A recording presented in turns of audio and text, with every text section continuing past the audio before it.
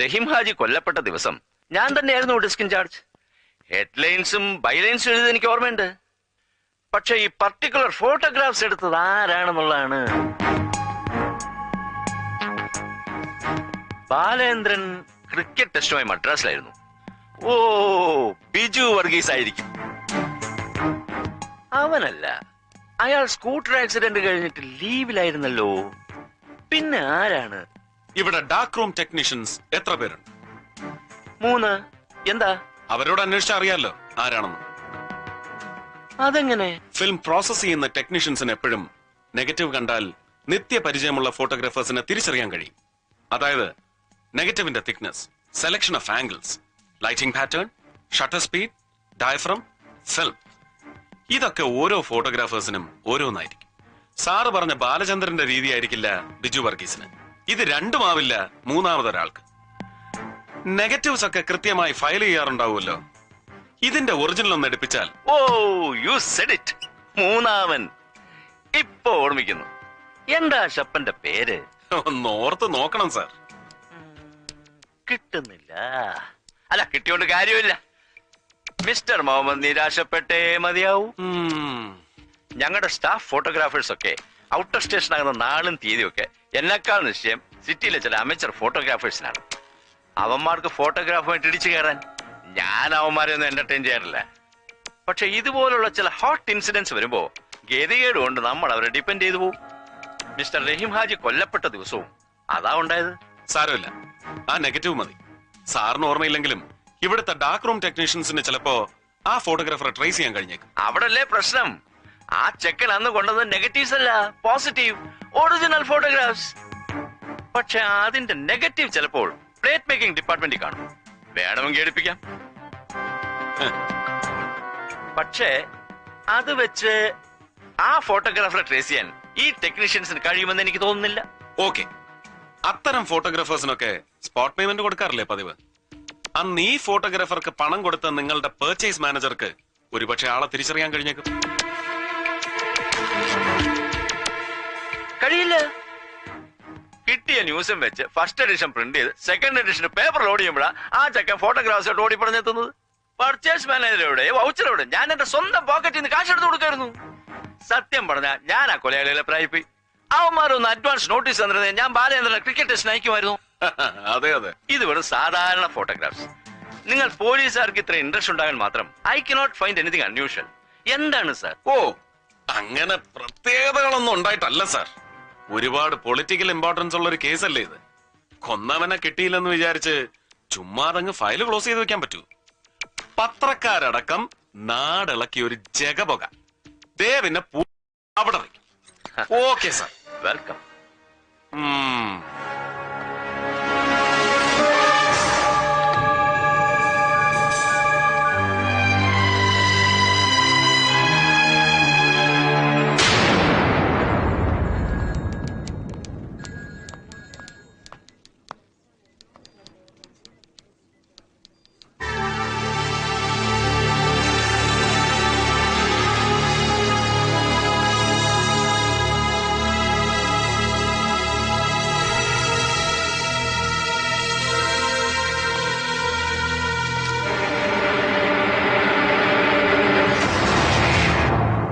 തന്നെ ആ മാറ്ററിന്റെ ഡെസ്കിൽ എത്തിച്ചേക്കണം. എത്തിക്കാൻ sir. Good night. Good night.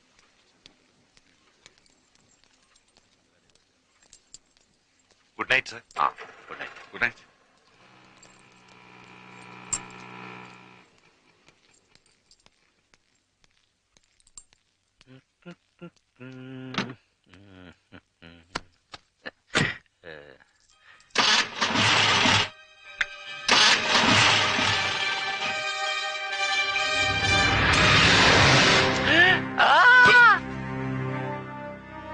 ഒച്ച വെച്ച് വെറുതെ എനിക്ക് ജോലി ഉണ്ടാക്കണ്ട. വണ്ടി എടുക്ക.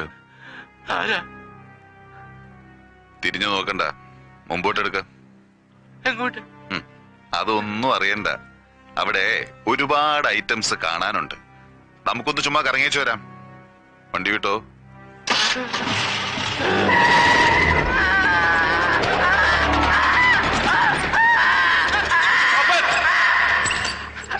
താനെന്ത് നോൺസെൻസ് ആണോ ഈ കാണിക്കുന്നത്? സാറിന് ബുദ്ധിമുട്ടാവില്ലെങ്കിൽ ഒന്ന് ഇവിടം വരെ കൂട്ടിക്കൊണ്ടുവരാനല്ലേ തന്നോട് പറഞ്ഞോളൂ. നോക്കി നിൽക്കാതെ വില കഴിക്കടോ. Now get lost. I'm sorry sir. ഒരബദ്ധം പറ്റിയതാണ്.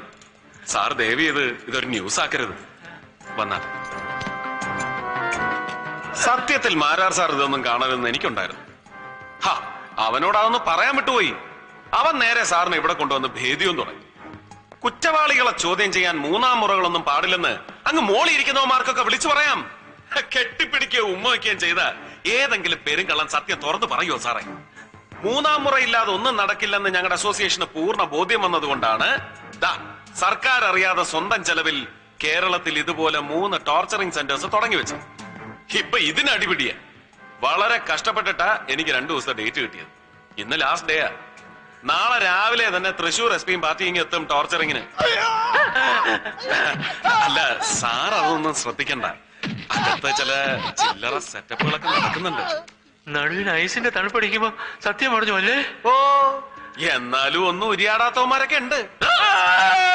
അങ്ങനെയുള്ള ഒരു അണ്ണാക്കിലേക്ക് ഇതേ ഈ കുഴൽ കുത്തിക്കയറ്റും. എന്നിട്ട് ഇതിലൂടെ തിളച്ച വെള്ളം ഒഴിക്കും. കുടൽ വെന്ത് കഴിയുമ്പോഴത്തേക്കും ഒരുമാതിരിപ്പെട്ടവനൊക്കെ പറയും. എന്നിട്ടും മിണ്ടാത്തവനൊക്കെ ഇതുപോലെ ഐസിലോട്ട് അങ്ങ് മരത്തി കിടക്കും. എന്നിട്ട് കാൽപാദം രണ്ടും ഇങ്ങനെ കൂട്ടി പിടിക്കും. തലച്ചോറിൽ നിന്നും പുറപ്പെടുന്ന ഞരമ്പുകളുടെ എൻഡിങ് പോയിന്റ് ഇതാണ്. ഈ അയൺ റാഡ് തീയിൽ വെച്ച് പഴിപ്പിച്ച് കാൽ വെള്ളയിലേക്ക് ഇങ്ങനെ അടിക്കാൻ അറിയാവുന്നവൻ അടിച്ചു കഴിഞ്ഞാലുണ്ടല്ലോ യവന്റെ തലമണ്ട പൊട്ടി തലച്ചോറും ചോരയും പുറത്തു വരും. കണ്ണീന്നും ചെവിന്നും ഒക്കെ ചുളിച്ചുളാന്ന് ചോര വരും. ഇതൊക്കെ സെക്കൻഡ് വേൾഡ് വാർ കാലത്ത് ജാപ്പനീസ് ടോർച്ചറിംഗ് ടെക്നോളജിയുടെ മെത്തേഡ്സ് അല്ലേ? മെത്തേഡ്സ്. എനിക്ക് വീട്ടിൽ പോണം. ഒരു ചായയൊക്കെ കുടിച്ചിട്ട് പോവാൻ ചേട്ടാ. എന്താണോ അവിടെ? ഇവിടെ മനുഷ്യന് ചെവിതല കേൾക്കണ്ടേ? അവന്റെ വായി വല്ല തുണിയോ ചകിരിയോ പിണ്ണാക്കോ വല്ല കുത്തിക്കേച്ച്. എടോ സൂപ്രണ്ടേ, വെറുതെ മെത്രാണച്ചനെ കുർബാനയെല്ലാം പഠിപ്പിക്കരുത്. അവന്റെ വായിൽ തുണിയല്ല, അമേരിക്ക മാവും ഫെവിക്കോളും കൂടി കൂട്ടി കുഴച്ച് തിരികെ തള്ളിക്കയറ്റിട്ട് പുറത്ത് പ്ലാസ്റ്റർ ഒട്ടിച്ചതാ. കുനിച്ചു നിർത്തി നഷ്ടലിൽ ഒടിയണ വരെ 4 കയറ്റങ്ങൾ കയറ്റി ഇപ്പൊ പശയും പ്ലാസ്റ്ററും കൂടി തള്ളി പുറത്തു പോന്നു. ഞാനെന്ത് ചെയ്യാനാ? ഈ മാരാർ സാറിനോട് ചോദിച്ചറിയാം. എന്നെ കുറിച്ച് പണ്ട് ഫീച്ചർ എഴുതിയ ആളല്ലേ പത്രത്തില് തുടർച്ചയായിട്ട്. ഞാൻ പോയേച്ചിങ് വരാം.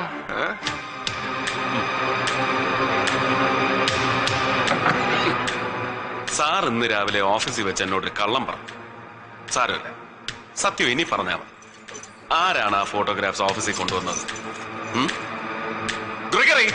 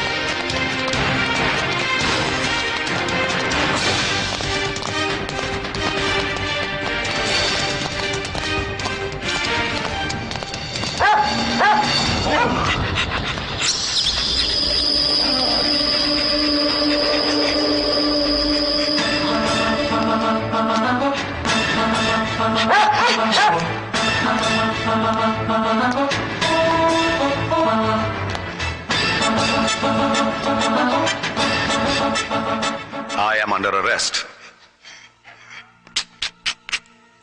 Bad luck. Huh?